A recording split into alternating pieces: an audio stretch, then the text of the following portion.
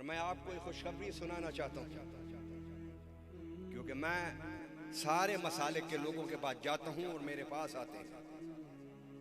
ہمارے لاہور میں جو 100 سال ربیع الاول میں اپنے اداروں کو تالا لگا دیتے تھے اور جو 2-4 لائٹیں ہوتی تھی وہ بھی بند کر دیتے تھے، اس دفعہ انہوں نے بھی اپنے ادارے کے دروازوں کو کھول کے چراغاں بھی کیا اور حضور کا میلاد بھی کیا ہے۔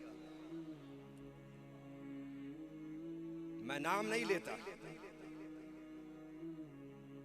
جب انہوں نے علماء اور مشائخ کا ایک کانفرنس اور ایک اجتماع اور مشاورت کے لیے بلایا، میں اس میں گیا تھا آج سے کچھ ماہ پہلے۔ تو انہوں نے کہا کہ ہم اسلام کے انقلاب کے لیے حضور کے میلاد کے مہینہ میں میلاد النبی کانفرنس منا کر اسلام کے نفاذ کی جدوجہد کا دوبارہ آغاز کرنا چاہتے ہیں۔ تو میں نے اس کانفرنس میں بھی کہا تھا،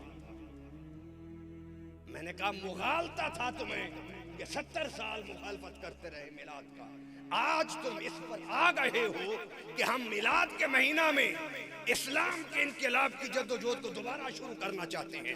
میں نے کہا آگے بڑھو، میلاد کو تسلیم کر کے انقلاب کی کوشش شروع کرو، جہاں تمہارا پسینہ گرے گا میں اپنا خون بہاؤں۔ آج کسی بات سے پیچھے ہٹنا بڑا مشکل ہے۔ اب میں جو بات کر رہا ہوں یہ لائیو چل رہی ہے، میں اس کے کسی جملے سے منکر ہو سکتا ہوں؟ آج سیاستدان کیوں پھنس گئے؟ اسے سوشل میڈیا کی وجہ سے۔ پہلے جگہ جگہ جو لوگ بدل گئے ان کی بات بدل جاتی تھی، منہ ادھر بات اور، منہ ادھر بات اور، منہ ادھر بات اور، اب وہ ریکارڈ ہو جاتا ہے سب کچھ۔ جب وہ اپنا بیان بدلتے ہیں تو میڈیا سارا پچھلا بیان سامنے لے آتا ہے، جناب پہلے وقت میں تو آپ نے یوں کہا تھا، پرسوں آپ نے یوں کہا تھا، ترسوں آپ نے یوں کہا تھا۔